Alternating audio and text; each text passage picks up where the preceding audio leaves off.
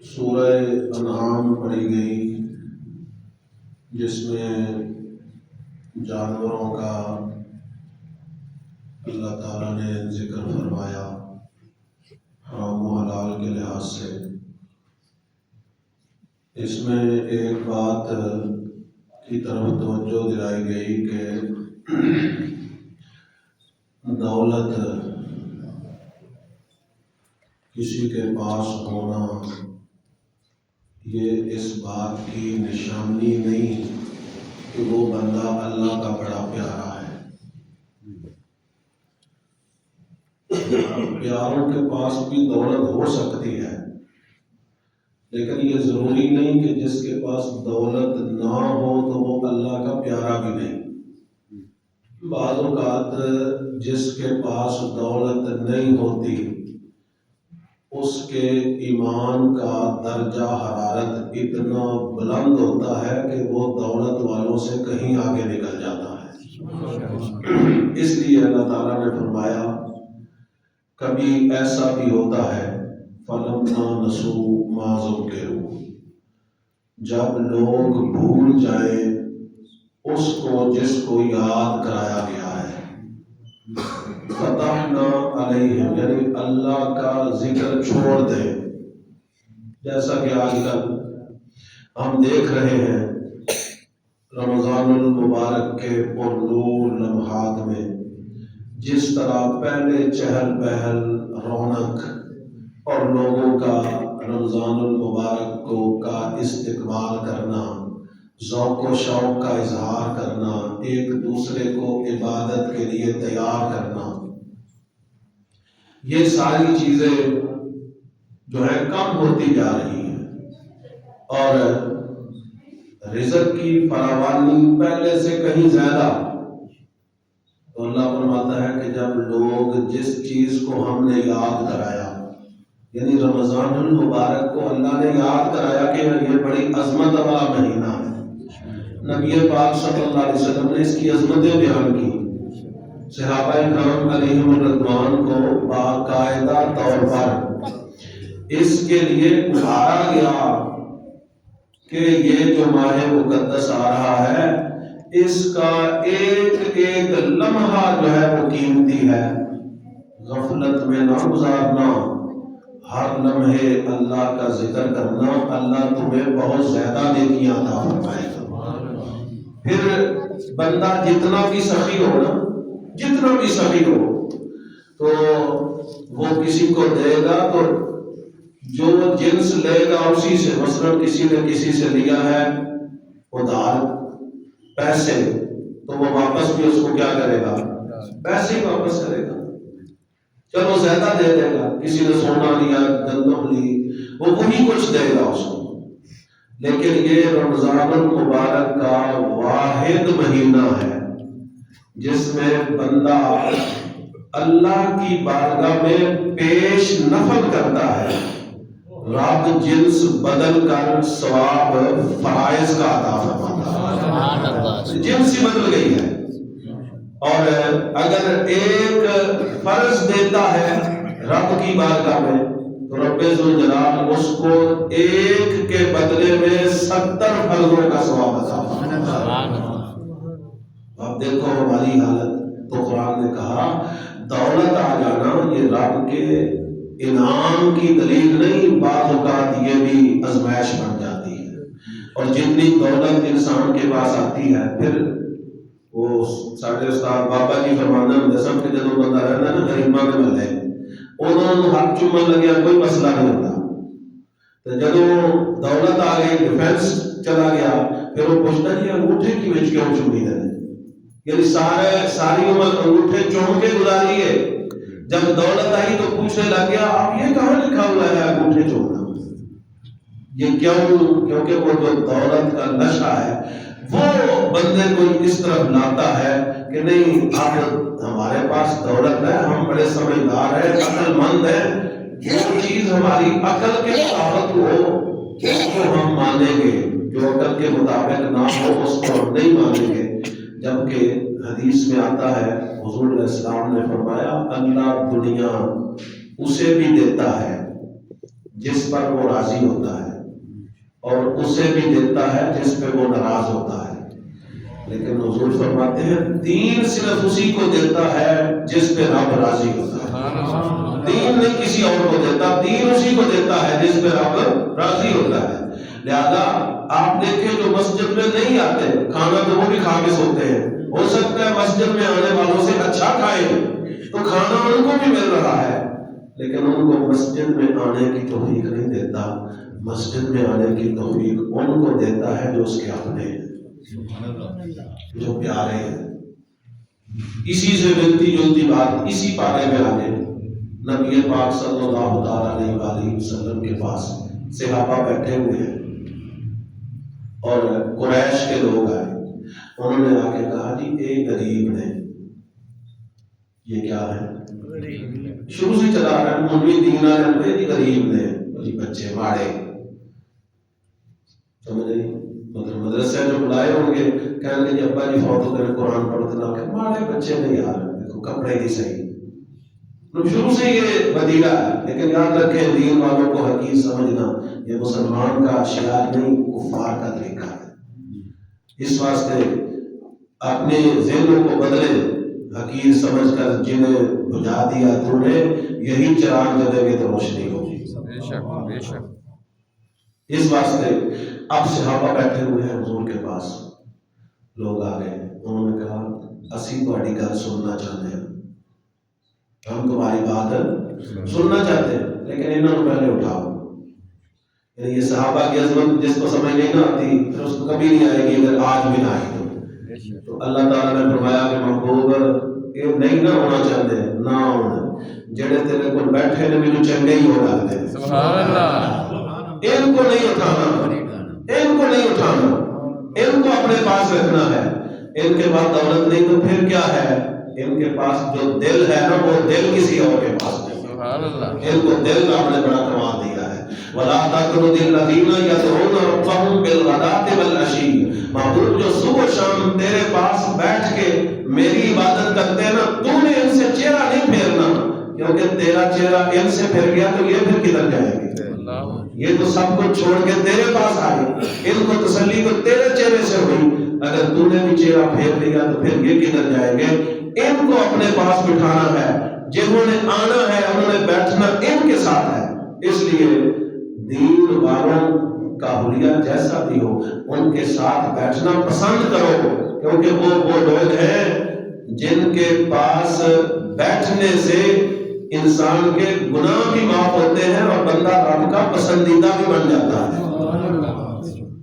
اس لیے مدرسے کی اہمیت کتنی ہے کہ مدرسہ بنتا ہے. لوگ آج مدرسے کے بارے میں چھوڑتا ہے، مدرسے کے بارے میں بات کرتا ہے، اور لیبرل طبقہ مدرسے والے کیا سکھاتے ہیں، بچوں کو ذہنی مریض بنا دیتے ہیں، پابند کر دیتے ہیں، ان کا ذہن نہیں کھلتا. تو مدرسے اسلحہ بھی نہیں ہوتا، چھری بھی نہیں ہوتی، چاقو بھی نہیں ہوتا، کچھ بھی نہیں ہوتا، کچھ نہیں سکھاتے. لیکن مدرسے سے خطرہ کیا ہے؟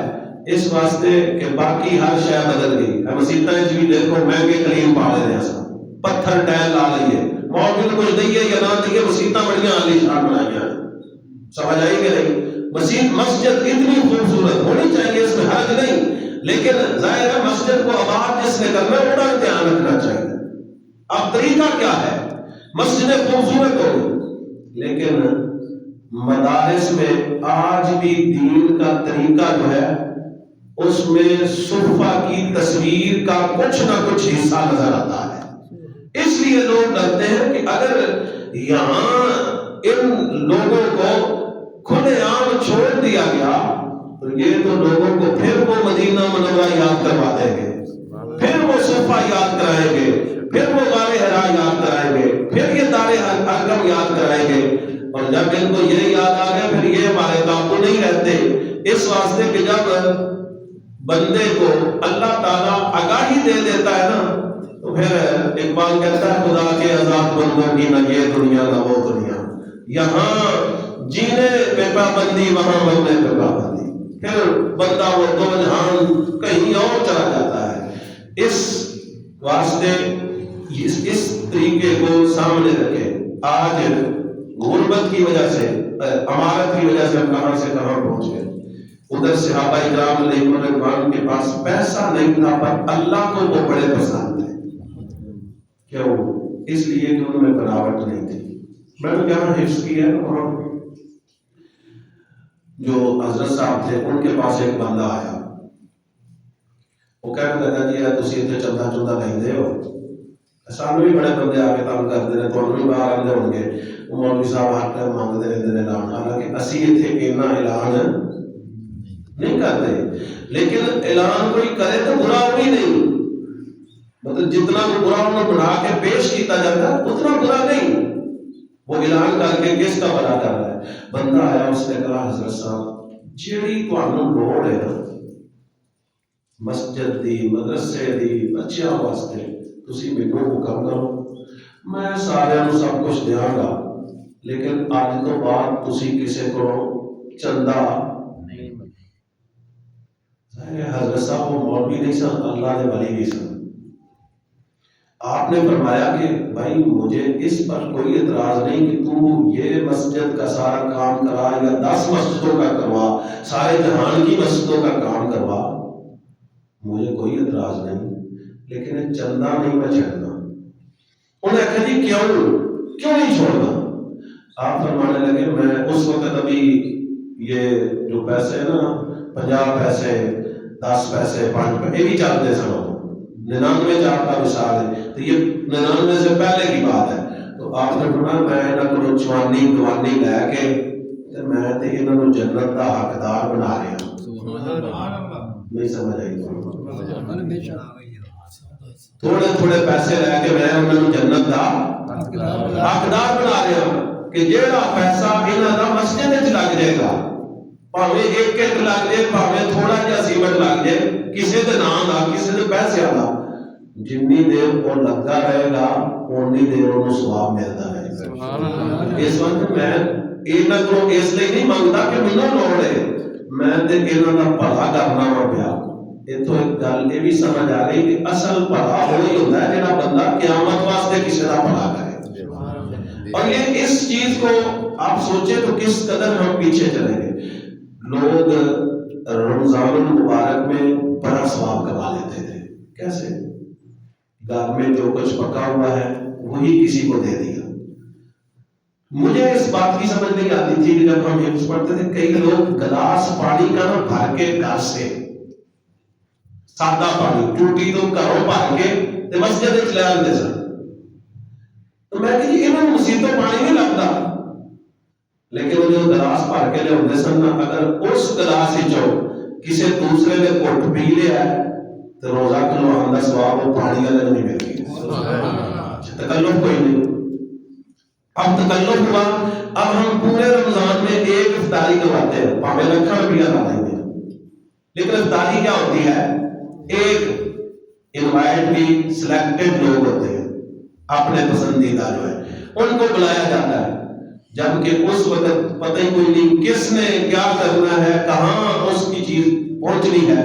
کسی کے پاس کھجور ہے انہیں بھی لے آ کے جتنے سارے بیٹھے روٹے رکھ دیتی ہے, کسی کو چاول ہے انہیں چاول رکھ دیتے ہیں, کسی کو روٹی ہے انہیں روٹی رکھ دیتی ہے, کسی کو پانی ہے انہیں پانی رکھ دیتا ہے, کسی کو دودھ ہے انہیں دودھ رکھ دیتا ہے. اگر جو بھی کوئی خالی آتا ہے تو وہ بھی چپ کر کے بیٹھ گیا. اب دور اتنا چنگا سی, ہوں خالی ہاتھ بندہ آئے نا تو تھلے دھیان کر کے شرماندہ ہے کہ کتنے میرے کوئی کہہ ہی نہ دے کہ یار بڑا ہو جا تو کی لینا ہے. اس ویلے یہ ڈر خوف نہیں سی ہوتا, اور سارے لوگ مل کے, بلکہ لوگ اپنے کو سامان چک کے دوسرے کو دیتے سن کہ یار تو کھا رہا ہے ساڈی خیر ہے اسی پھر بھی کھا لواں گے. یہ اثار ہے, جب یہ اثار رب دیکھتا ہے تو پھر بندے کو نوازتا ہے. یہ چھوٹی چھوٹی باتیں. اب اس کا نقصان ہمیں کیا ہوا, تکلفات کا, یعنی ساڈے گھر پہلے مہمان آتے سن, تکلف کوئی نہیں, جو پکیا سامنے رکھ دے, نہ مہمان نے اعتراض ہے نہ میزبان نے. ہوں میزبان پریشان ہے, مہمان بلکہ ہوتا ہے نہ کوئی آئے, حالانکہ مہمان تو کیا ہے اللہ کی رحمت ہے, لیکن وہ نہ آئے رحمت کیوں, کہنا خرچے بڑا ہوتا ہے, کیونکہ مہمان ہی وہ دیکھنا آتا ہے کہ میزبان میرے سے کی کرتا ہے. جبکہ اس سے پہلے کیا صورتحال تھی کہ جو کچھ تھا مہمان کے آگے رکھ دیا, تکلف نہیں تھا. لوگ خوشی خوشی ایک دوسرے کو ملتے تھے. اب تکلف تو بہت ہے، پیسہ بہت ہے، ہر وقت ہانڈیا میں اچھی چیز پکتی ہے تو تکلف آ گیا ہے، لیکن دل کے اندر اب وہ فراخ دلی نہیں، گھٹن آ گئی ہے. اب اگر کھانا بنا ہو اوپر سے کوئی آ جائے نا تو دل خوش ہونے کی بجائے پریشان ہو جاتا ہے، یہ کیوں آ گیا، انہیں نہیں دینا پڑے گا. تو میں نے اس بزرگوں کی بات کہ تھوڑا تھوڑا جو کچھ ہوتا ہے جب وہ بندہ اللہ کے راستے میں خرچ کرتا ہے نا تو اللہ تعالیٰ اس تھوڑے میں اتنی برکت ڈال دیتا ہے کہ ہمیں سمجھ ہی نہیں آتی کہ رزق کہاں سے آ رہا ہے. اسی طرح مسجدوں کے حالات ہیں. ساڑھے نا مطلب اتنے جو دیگر مساجد ہیں ان میں جا کے دیکھیں، جڑا بندہ سالانہ کچھ 10,000 یا 10 لاکھ دینا ہے وہ واسطے مولوی صاحب ممبر پر تھکے اتر ہوتے ہیں جی، نمازی جگہ چھاڑ دیتے ہیں جی، چودھری صاحب سیٹھ صاحب آئے ہیں. لیکن دوسری طرف دیکھیں پتہ نہیں وہ 10 لاکھ اللہ تعالیٰ اس کا قبول فرمائے، ہمیں مطلب ہے یہ چیز نہیں کہ اس کا قبول ہونا یا نہیں، اس کا بھی قبول فرمائے. لیکن ایک بندہ وہ ہے جس کے پاس 10 لاکھ تو نہیں 10 روپے ہیں اور وہ کڑتا بھی ہے اندر سے کہ یا اللہ مجھے میرے پاس 10 ہی ہیں، کبھی مجھے بھی 10 لاکھ دیتا تو میں بھی 10 لاکھ کے لوٹا دیتا. حضرت صدیق اکبر رضی اللہ تعالیٰ عنہ اور حضرت فاروق اعظم غزوہ تبوک کے موقع پر جس وقت گئے نا گھر، حضور نے فرمایا جاؤ جی سامان دین میں لوڑ پہ رہی ہے. صدیق اکبر نے جا کے کہا سارا سامان اکٹھا کیتا. حضرت عمر بڑے خوش کہ ہر باری میں دوڑ لائی ہے کہ ابو بکر کو اگے لگا، آج موقع ملیا آج میں اگے لگ جاؤں گا. وجہ کی ہے کہ ظاہر ہے ابو حضرت عمر فاروق رضی اللہ تعالیٰ عنہ کو پتا ہے کہ ابو بکر کو مال تھوڑا ہے تو میرے کو مال زیادہ ہے، لہذا میں تھوڑا بھی دیتا کہ ابو بکر میں تو زیادہ ہی دے دیا تھا. اس لیے انہوں نے اکٹھا کیا، انہوں نے ادا کیا، ادا کا حق ادا سرکار کو. ابو بکر صدیق رضی اللہ تعالیٰ نے سارا مال لیا اور سرکار کی بات کر سرکار آئے، سرکار کے پاس آئے. اب ظاہر ہے سرکار نے ابو بکر کو ہمیشہ سب سے پہلے ہی رکھا ہے، انہوں نے پیچھے کیا. حضرت فاروق اعظم کے ذہن میں یہ تھا نا کہ آج میں آگے بڑھوں گا. رسول اللہ صلی اللہ علیہ وسلم نے فرمایا ہاں عمر گھر میں کیا چھوڑ کے آئے ہو؟ آپ نے فرمایا حضور ادا لے آئے ہم، ادا کہا رہے. حضرت صدیق کو پوچھا تسی کہاں کی چھڑ کے آئے ہو؟ اور محدثین نے اس حدیث میں لکھا ہے کہ جب حضور نے سوال کیتا نا کہ کار کی چھڑ کے آئے ہو، حضرت عمر رضی اللہ تعالیٰ عنہ کو نہیں پتہ لگ گیا کہ ابو بکر ہی اگے ہوئے، میں نہیں اگے ہو سکتا. یہ حسرے والی بات نہیں، بڑی قابل توجہ بات ہے کہ اس کا مطلب ہے کہ اللہ کی بارگاہ میں کثرت کو نہیں دیکھا جاتا، خلوص نیت کو دیکھا جاتا ہے. لہذا ہمیں وہ جو ہماری پرانی روایتیں ہیں انہی پر چلنا چاہیے. ہم تکلفات میں پڑے ہیں تو نتیجتاً اللہ تعالیٰ سے دور ہوتے جا رہے ہیں. ہماری سخاوت میں کمی آ گئی ہے، لوگوں کے ساتھ حسن سلوک میں کمی آ گئی ہے، ہماری عبادت میں کمی آ گئی ہے، ہمارے دیگر معاملات میں کمی آ گئی ہے. لہذا جو کچھ جس وقت جس کے پاس ہے وہی اللہ کے راستے میں خرچ کر دیا کرے. مسجدیں اپنی ادا کریں، لوگوں کے ساتھ محبت سے پیش آئے. تو اب یہ دیکھو اللہ کے ولیوں کی جو صحبت ہے وہ انسان کو کیا کیا سکھاتی ہے. اب سمجھ شاید کسی کو آ گئی ہو کہ آستانوں پر لنگر دال ہی کیا ہوتا ہے. اگر ان سے گوشت پکنا شروع ہو جائے وہ پھر 2-4 مہینے 5 مہینے سال پکے گا، پھر اس کے بعد جس طرح ساڈے گھر چ بھی ہوتا ہے پہلے تو، لیکن انہوں نے رکھیا ہی ہوئے کہ جیڑا بھی آوے بھوک لگی ہوئے تے بھوکے نوں روٹی مل جانی چاہیے بھاوے دال نہ مل جائے. اس طرح سانوں یہ اپنا ذہن بدلنا چاہیے. تو یہ دیکھو صحابہ کرام علیہ رضوان کے لحاظ سے کس قدر جو ہے حسین اللہ تعالیٰ نے ان کا پہلو بیان کیا ہے کہ لوگ جن کی غربت کا مذاق اڑاتے ہیں رب کے نزدیک وہ کتنے معظم ہیں، کتنے محترم ہیں، کتنے شان والے ہیں. اللہ تعالیٰ کی بارگاہ میں دعا ہے کہ رب ذوالجلال ہمیں تکلفات سے نکل کر خالصتاً اپنی پرانی روایات کو زندہ کرنے کی توفیق عطا فرمائے. آمین. الحمد لله رب العالمين والعاقبة للمتقين والصلاة والسلام على سيد الأنبياء والمرسلين وعلى آله وصحبه أجمعين. اللهم إنا نسألك العفو والعافية والمعافاة الدائمة في الدين والدنيا والآخرة والفوز بالجنة والنجاة من النار. صلى الله على النبي الأمي وعلى آله وصحبه أجمعين.